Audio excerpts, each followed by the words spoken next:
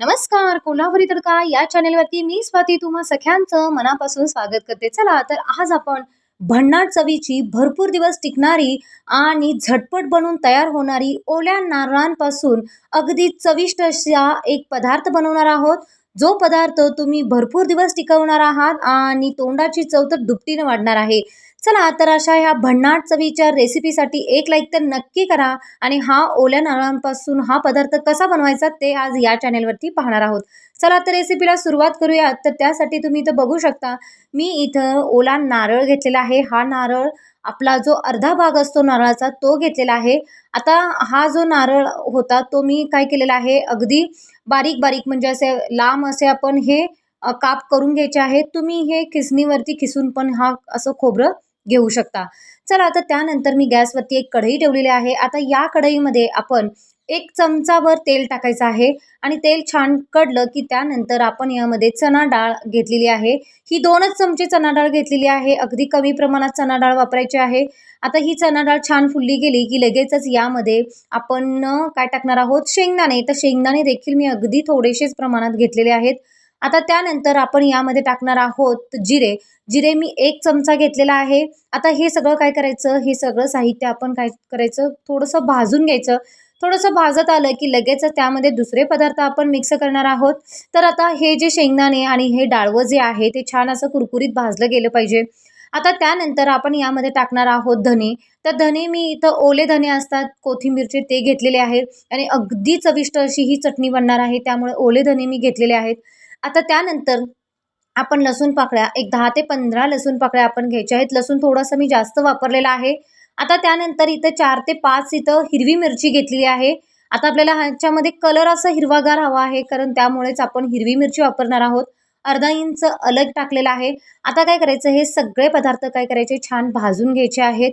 आता यानंतर आपण हे सगळं साहित्य छान भाजलं की त्यानंतर आपण ओलं खोबरं जे आहे ते टाकणार आहोत. आता ओलं खोबरं टाकलं की त्यानंतर 1 मिनिटभराकरता हे सगळं साहित्य एकसारखं काय करायचं आहे, परतवत राहायचं आहे.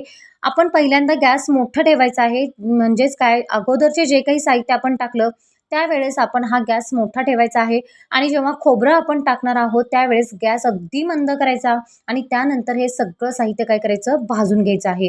हे सगळं साहित्य अगदी कुरकुरीत होईपर्यंत भाजलं गेलं पाहिजे. जे काही आपण यामध्ये पदार्थ टाकलेले आहेत ते सगळे छान भाजले गेले पाहिजेत. जेवढं तुम्ही हे छान कुरकुरीत होईपर्यंत भाजून घ्याल तेवढी आपली ही चटणी जी बनणार आहे ती अगदी चविष्ट अशी बनणार आहे आणि भरपूर दिवस टिकण्यासाठी देखील मदत होणार आहे. तर इथं बघू शकता, मी व्हिडिओमध्ये दाखवते हे सगळे पदार्थ छान असे खमंग भाजले गेलेले आहेत. हा पदार्थ अगदी रुचकर बनणार आहे, त्यामुळे हे पदार्थ जे आहेत ते सगळे छान भाजून घ्यायचे आहेत. आता मी गॅस पूर्ण बंद केलेला आहे. आता त्यानंतर आपण हे सगळं साहित्य काय करायचं, एका प्लेटमध्ये काढून घेऊयात. आता काढून घेतल्यानंतर आपण हे पदार्थ जे आहेत ते थोडेसे थंड करून घ्यायचे. आता यामध्ये तुम्ही कढीपत्ता, पुदिना वगैरे पण वापरू शकता, पण मला इथं उपलब्ध झाला नाही त्यामुळे मी नाही टाकला. तर कढीपत्ता हमखास टाका, त्यामुळे पण अगदी सुंदर अशी टेस्ट येणार आहे. चला तर हे पदार्थ सगळे आपण काढून घेतलेले आहेत. आता काय करूयात, हे सगळे पदार्थ थंड करण्यासाठी ठेवायचे. आता लगेचच गरम-गरम आपण मिक्सरच्या भांड्यामध्ये टाकायचं नाही. थोडेसे थंड झाले की त्यानंतर एक मिक्सरचं भांडं घ्यायचं आहे आणि या भांड्यामध्ये हे सगळं साहित्य जे काही आहे ते सगळं खमंग भाजलेलं हे सगळं साहित्य या मिक्सरच्या भांड्यामध्ये काढून घ्यायचं आहे. मिरचीचा वापर करा, म्हणजे हिरवी मिरची जरूर यामध्ये टाकायची आहे आणि थोडीशी जास्तच टाकायची, म्हणजे अगदी थोडीशी तिखट अशी ह्याला छान टेस्ट येणार आहे. चला तर त्यानंतर आपण यामध्ये काही पदार्थ टाकणार आहोत. तर अजून यामधले काही पदार्थ आहेत ते म्हणजे सगळं साहित्य एकत्र केलं की त्यानंतर पहिल्यांदा आपण यामध्ये टाकणार आहोत ते म्हणजे हळद. आता हळद आणि हिंग मी अर्धा-अर्धा चमचा टाकलेला आहे. आता त्यानंतर कोथिंबीर भरपूर प्रमाणामध्ये टाकायची आहे. कारण हिरवीगार अशी आपल्याला ही चटणी बनवायची आहे, त्यामुळे भरपूर प्रमाणामध्ये कोथिंबीरचा वापर करा. त्यानंतर चवीपुरतं मीठ टाकूयात आणि साखर जरूर टाकायची आहे. अगदी चविष्ट अशी ही चटणी बनणार आहे, त्यामुळे 1 चमचा मी इथं काय केलेलं आहे, साखर टाकलेली आहे. आता यामध्ये हे सगळं काय करायचं, व्यवस्थित असं एकजीव करून घेऊयात आणि मिक्सरला आपण फिरवून घ्यायचं आहे.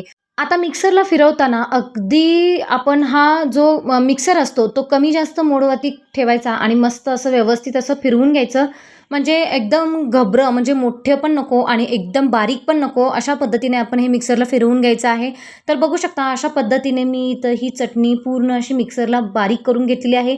तुम्ही पाटा, वरवंटा जो असतो किंवा खलबत्ता असतो त्यावर देखील ही चटणी बनवू शकता. त्यावरती जरी ही चटणी बनवलात तरी देखील अगदी टेस्ट अशी भन्नाट येणार आहे. तर मिक्सरचा वापर केला तरी देखील चालू शकतं. तर मिक्सरमध्ये मी छान अशी चटणी फिरवून घेतलेली आहे. चला तर अशा पद्धतीने एकदम हिरवीगार अशी ही चटणी बनून तयार झालेली आहे. तुम्ही त्याचं टेक्स्चर पाहू शकता. अगदी सुंदर आलेलं आहे. कलर देखील अगदी भन्नाट आलेला आहे. तर ही चटणी तुम्ही चपाती, भाकरीबरोबर पण सर्व्ह करू शकता. अगदी टेस्ट भन्नाट येते आणि अगदी चविष्ट अशी ही चटणी बनून तयार होते. तर या चटणीला तुम्ही ओल्या नारळाची हिरवी चटणी पण म्हणू शकता किंवा तुम्ही तुमच्या ह्याला काहीही नाव देऊ शकता आणि अशी ही चटणी बनवून तुम्ही सर्व्ह करू शकता. तर ही चटणी जी आहे ती भरपूर दिवस टिकण्यासाठी मदत होणार आहे.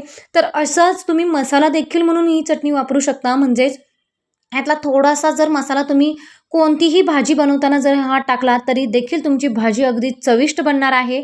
तर अशा पद्धतीने ही ओल्या नारळांपासून अशी ही चटणी जरूर बनवा आणि कमेंट करून सांगायला मात्र विसरू नका. कारण ही जी चटणी आहे ती चटणी अगदी चविष्ट आणि भन्नाट टेस्ट जी बनलेली आहे. तुम्ही पाहू शकता कलर अगदी सुंदर आलेला आहे आणि हिरवीगार अशी ही चटणी भरपूर दिवस टिकते. चला तर ही चटणी कशी वाटली कमेंट करा आणि नक्की सांगा.